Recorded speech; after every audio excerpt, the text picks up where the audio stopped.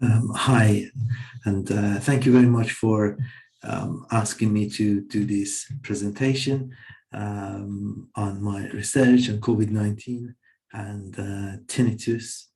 And thank you to Tanit for organizing this fantastic event. And I wish I could be there in person, but I guess this is the second best, which is fantastic to be able to share my research results with colleagues in Brazil. Lovely. So I'm going to share my screen with you.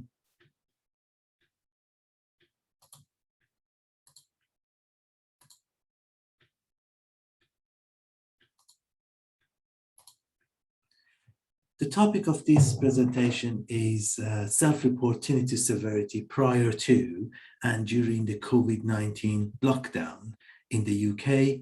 And this was a study that we done at the Royal Surrey County Hospital in Guildford, UK. And my collaborators were Professor Ali Danish from Florida Atlantic University and Professor Brian Moore from University of Cambridge.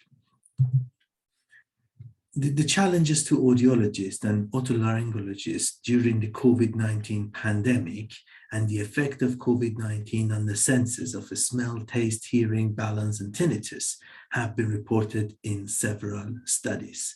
So this was quite a reasonably informed decision that at the time that we decided to see if COVID-19 was impacting on tinnitus severity, there were already studies which have been published on the impact of it on the ear, nose, and throat, if you like. And there was this systematic review by Al Mufarrigi and Kevin Monroe from Manchester University. They published this on effect of the symptoms of COVID-19, auditory and vestibular symptoms of it. And in this paper there, they suggested that this was a systematic review. So they pulled the information from many different studies. The number of studies that they included in their systematic review, they mentioned it here. They rejected 850 studies and 28 case reports or case series, and 28 cross-sectional studies met their inclusion criteria, and they basically analyzed the results of these studies. And their outcome, which is relevant to tinnitus, was that pooled estimate of prevalence based on the retrospective recall of the symptoms was around 15% for tinnitus. So 14.8% of the people described tinnitus as one of the symptoms that they were experiencing. And they've done an updated or revised version of this meta-analysis, the same group with a few other colleagues. Melanie and Ibrahim joined them, and Helen joined Kevin in doing this revised version. And in this one, they said that the original systematic review that they did, they were not sure that whether the symptoms were like somebody had tinnitus and it got worse, or it was they didn't have tinnitus and then they developed tinnitus. So they tried to separate the studies and give a better view on what was happening because of or it was related to COVID-19 symptoms. And so this revised meta-analysis showed that the pooled prevalence estimate and confidence intervals for tinnitus was 9.62% and ranged from 3.6 to 18.2%. 13. So the previous result of around 15 is still within the 95% confidence interval of the new study, but the main number has reduced in terms of the prevalence of tinnitus was around 9.62. Now, during the UK government introduced COVID-19 lockdown restrictions from 20th of March 2020 in order to slow the increasing rate of infections and to manage the pressure on the National Health Service. And this is similar to other countries which had to go to several lockdowns. This is the initial lockdown in the UK. And the UK citizens were asked not to go out except for buying food, medicine, or other essentials, to exercise once a day, or to go to work if they could not work from home. All the schools, colleges, universities, restaurants, gyms, pubs and cafes, cinemas, and other social venues across the country were closed. People experience various types of adversities during a pandemic like this. For example, loss of income. A lot of people became jobless. Difficulty in obtaining services. The services become very unreliable. I remember I calling my dentist and telling them that I have some toothache. And instead of booking an appointment for me to check my tooth, they said, how painful is it? If it was not 10 out of them painful, then they would say, okay, just take some painkillers instead of coming and seeing us. So the access to services was significantly affected. And the experience of the virus itself, people who actually caught the COVID-19, they had terrible symptoms, and also the constant flow of bad news, and also people having to stay apart from one another. These are all of the examples of the adversities that people experienced during the pandemic. So people seeing their friends or other people in the hospitals, many people dying every single day, and the prime ministers have to go to hospital, presidents have to go to hospital and become unconscious almost. And supermarket, empty shelves in the supermarket, having to queue to actually get to your local supermarket. And also the Queen has to wear a mask. So a lot of things that could potentially impact on mental health and stress that people were experiencing. And we know that there is a link between your how stressed you are and experience of tinnitus, or there could be a link. That's something to further explore in this study. But these can lead us to think that, okay, maybe all of these stress that impact on people could actually impact on the way that they perceive their tinnitus. But in a pandemic like this, it's not always negativity which impacts on people. These are extreme, unusual situations, and can in fact lead to extreme, unusual recruiting some of the resources that we have, and people may become develop certain things that they haven't had before, and do sacrifices, have more empathy for one another. So there are some good things that comes out of a bad situation like this as well. Here are some examples of it. In The Guardian, there was this article was published that William Shakespeare wrote his masterpiece, King Lear, during the plague quarantine in London. So he used his time to write King Lear. Or more recent one, Captain Tom, who decided to do 100 laps. He was disabled, so walking for him was very difficult. So he decided to do 100 laps in his back garden before his 100th year's birthday in order to fundraise for the NHS. He wanted to raise £1,000 for the NHS to go to help in the health service. And by the end, he raised in excess of £32 million for the NHS. And sadly, he died last year because of after being infected by COVID-19. And also during the 1918 flu pandemic, or this so-called Spanish flu, there were a huge amount of heroic actions of women who at that time, many of the men and the soldiers got infected with this flu, and there wasn't really anybody who could actually go and help them. So women stepped up, they got training, and they became the nurses and went to a very dominant, male-dominant environments, and having to face a lot of difficulties and discriminations, if you like, and put up with all of those things and help their people in order to care for them. And the sacrifices that they have done during that flu pandemic changed the balance of the workforce, the gender balance in the workforce, which the effect of it was we still have that. And so there's a long-lasting effect of women's involvement in the workforce happened during that 1918 flu pandemic.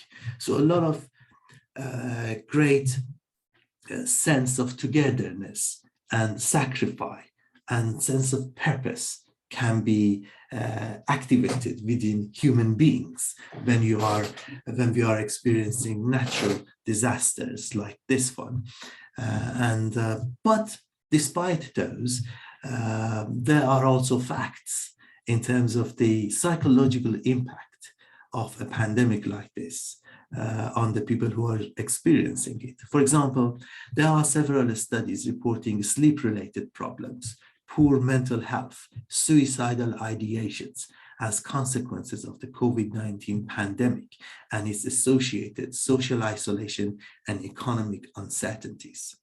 And such factors can potentially exacerbate the experience of tinnitus, as there are established links between tinnitus, insomnia, psychological well-being, and suicidal ideations. So what do we, so let me just give you an example of what the way that we were thinking about how the pandemic can impact on the way that people deal with their tinnitus or perceive their tinnitus. And this is the British heavyweight boxing champion of the world, Anthony Joshua. And if you are in a boxing match with Anthony Joshua, you need to really focus on using all of your resources in order to manage the situation. And now let's think that he is the tinnitus. So if you're dealing with tinnitus, you got to really focus on and use your resources in managing tinnitus, being able to take the punches that it throw at you. So you already are using your maximum capacity to deal with tinnitus. And then enters the dragon, the pandemic. So now imagine if you are between taking the punches from Anthony Joshua, and then suddenly from the back, the legendary martial art player Bruce Lee starts kicking you, then it ought to impact on the way that you deal with Anthony Joshua. You know, it's gonna take some of your resources away from you. Therefore, you become more vulnerable to the punches of Anthony Joshua, more likely to be knocked out. And so this is the situation here that we wanted to see. So if you're dealing with tinnitus, and then the pandemic starts influencing on your mental health, sleep, so on and so forth, you may become more vulnerable, and then the tinnitus become a bigger important thing. But there was also a different way of conceptualizing this. What if the pandemic was not like Bruce Lee? It was like and volcano which erupt somewhere close to you. So imagine if you are in a boxing match with Anthony Joshua, and then suddenly a volcano erupts somewhere near you, and you're in danger of being killed by the lava from that volcano. Then in that time, potentially, the punches of Anthony Joshua and the pain that it can inflict may not really matter that much to you, because there is a bigger problem in that moment. So this was the question in our mind: how the pandemic can impact on the tinnitus. Does it make people more vulnerable to the tinnitus in a way that they actually are more annoyed by it? Or it is a bigger problem that is happening, so people perhaps even forget about their tinnitus. So what do we know so far? Elder Bukes and her colleagues reported the result of an online survey of 3,103 individuals with tinnitus conducted during COVID-19 pandemic, in which the respondents were asked to compare their current experience of tinnitus with that prior to the pandemic. And tinnitus was rated as unchanged during the pandemic for 67%, and improved for 1%, and to be more bothersome for 32% of people. There was another study by Schlee and colleagues. They compared the scores of the tinnitus questionnaire and tinnitus handicap inventory obtained before and during the COVID-19 pandemic for 122 patients. And who were the participants? The participants were patients who attended their clinic in University of Regensburg, Germany, between 2012 and 2017. So these were people who they saw before the pandemic, and they completed these questionnaires. And then during the pandemic, they called them and say, do you mind to complete this questionnaire for us? So they took part in a survey in 2018, results of which was compared to a survey in the same population conducted in 2020 during the pandemic. So these are the patients that were seen between 2012 and 2018. They did a survey on them on 2018, and those people who completed the survey in 2018 during the pandemic, they called them and did this, repeated the survey in order to compare the results of the questionnaires. So the mean THI score, which is tinnitus handicap inventory, worsened slightly from 41.5 out of 100 before the pandemic to 45.9 during the pandemic, but the difference was not significant.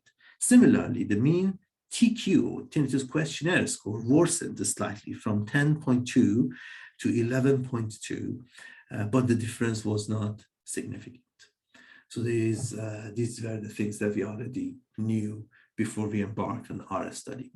So the aim of our study was to compare self-reported tinnitus severity between new patients seen during the 3 months of lockdown and a separate group of patients seen during the same 3 months of the year preceding to the lockdown. So we wanted to compare basically the severity of tinnitus in patients who were referred to us during the lockdown and compare it with patients who were referred to us a year before.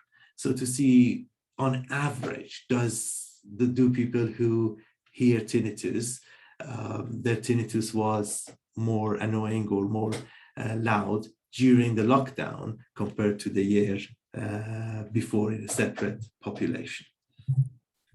So the study population comprised 228 patients who were seen at the tinnitus and hyperacusis therapy clinic in 2 separate time periods. 105 consecutive patients were seen during the COVID-19 lockdown between April and June 2020, and 123 patients were seen between April and June 2019, prior to the lockdown.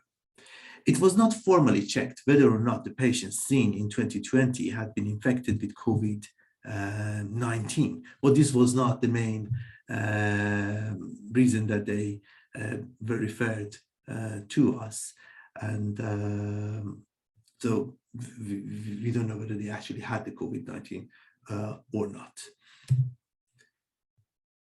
And the aim of this study was not to assess the effect of COVID-19, was to assess the how the lockdown or the isolation caused by the lockdown was impacting on tinnitus factors. And the assessment of the tinnitus was used with visual analog scale to rate the severity of tinnitus loudness, tinnitus annoyance, and effect on life. So the visual analog scale was asking patients to rate how loud your tinnitus is on a scale from 0 to 10. 0 means no tinnitus, and 10 is the loudest you can imagine. Or how much annoying your tinnitus is. 0 means doesn't annoy you, and 10 means the most annoying. And how much tinnitus impact on your life. 0 means it doesn't, and 10 means the extreme effect. So this was the visual. So you give a number between 0 to 10. Characteristics of the patients. The average age of the patients seen during the lockdown was 50 years, and while the average year of the patients seen in 2019 was 56 years. Based on a non-matched sample t-test, the difference in age, although small, was significant. So those who were seen during the lockdown were in that population were younger than the ones who were seen a year before. 56 out of 105 patients seen in 2020 were male, while 64 out of 123 of the patients seen in 2019 were male. Proportion of male patients did not differ significantly between the two groups. So the gender ratio was not significantly different. Audiograms were available for 65 out of the 105 patients seen during the lockdown, while they were available for 119 out of 123 patients seen in 2019. The reason is potentially because during the lockdown, there are a lot of hearing tests which were delayed. But in the year before, the people were getting routine hearing tests at their first appointments. For those whose audiogram were available, the mean PTA across ears was 18 dB for those seen during lockdown, and 23 dB for those who were seen in 2019, and that was not statistically significant. For patients seen during lockdown, based on the PTA for the better ear, 74% had no hearing loss, 25% had a mild hearing loss, and 1% had a moderate hearing loss. For patients seen in 2019, based on the PTA of the better ear, 60% had no hearing loss, 33% had mild hearing loss, and 7% had moderate hearing loss. But the distribution of that was not statistically significant between the two groups.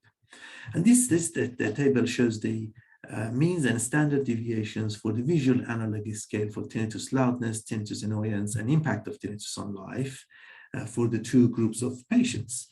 So here is tinnitus loudness. The mean was 6 out of 10 in the patients in 2019 and 6 on 2020 as well. So the difference was not significant. And for tinnitus annoyance, 6.46 to 2, no significant difference. And the impact of tinnitus on life, 5.3, 5.1, no significant difference. So this was the main interesting outcome that we wanted to find out, was the impact, loudness, and annoyance of tinnitus is different between those who were seen in 2019 and those who were seen during the COVID-19 lockdown. So some of the discussions about this result: increases in sleep difficulties and worsening of the well-being caused by the pandemic may not contribute to increased tinnitus loudness, annoyance, or impact on life. So this was one of the ideas that we had after this study. So, and this was consistent with another study that I've conducted with Professor Richard Salvi from University at Buffalo in 2019. And we conducted a study on 445 patients with tinnitus using a stepwise linear regression analysis to explore factors that predicted tinnitus loudness as measured by a visual analog scale. And we found that anxiety and depression, as measured using hospital anxiety and depression scale, did not significantly predict visual analog scale for tinnitus loudness. So this was consistent with our current study, that even if people got more anxiety and depression symptoms, this does not necessarily impact on the tinnitus loudness. There's also another study that we did back in 2017 with my colleagues Karen Ramming and Brian Moore, and we assessed factors predicting the severity of tinnitus as measured by THI among 148 patients aged over 60. And the regression model revealed that there was no significant linear relationship between the total THI score and anxiety, depression scores as measured via hospital anxiety and depression scale, or insomnia as measured via insomnia severity index. And this model was actually a very good model because it was explaining 70% of the variance in total THI score. So our current result was that it didn't seem that people's overall tinnitus, loudness, annoyance, and effect on life was any different during the pandemic lockdown and the year before, and that's consistent with the previous studies that we've done in a way that anxiety and depression and sleep problems do not necessarily make tinnitus and its effect worse. The second possible explanation is that the negative findings of the current study is that the serious problems caused by the pandemic put patients' tinnitus into perspective, leading to a decrease of the impact of tinnitus that contracted any effect of increased anxiety and decreased well-being, which is consistent with the Maslow's hierarchy of needs and psychological well-being. So this is the Maslow's hierarchy. So the main hierarchy, the first one, most important, is the physiological needs: air, water, food, shelter, sleep. Second is safety needs: security, employment, resources, health. Then is love and belonging, friendship, intimacy, family. Then esteem, respect, self-esteem, status, recognition. Then self-actualization, desire to become what you can be. And the COVID-19 pandemic posed a risk to basic physiological needs, as well as to the safety and security of the individual. So the first two most important in the hierarchy of Maslow were affected due to the danger of getting the disease or possible severe shortages of basic resources and medical supplies, loss of freedom, and uncertainty about the future. So based on Maslow's model, physiological needs, safety and security take priority over other needs. In the context of the present study, concerns about pandemic might have dominated or displaced concern about tinnitus. So there were two explanations that we thought could be relevant for this outcome that we had. And so I hope that you enjoyed this, and this is the conclusion that visual analog scale for tinnitus, loudness, annoyance, and impact on life did not differ significantly between new patients seen prior to and during lockdown. This may indicate that tinnitus can influence anxiety and well-being, but there is not an effect in the other opposite direction. And finally, this is the website for my tinnitus and hyperacusis masterclass, which now is offering specialized rehabilitation program for management of tinnitus, hyperacusis, and misophonia based on CBT, which is a one-year online course. So if anybody is interested to build skills to help their patient using CBT, then this is a course that cover that speciality.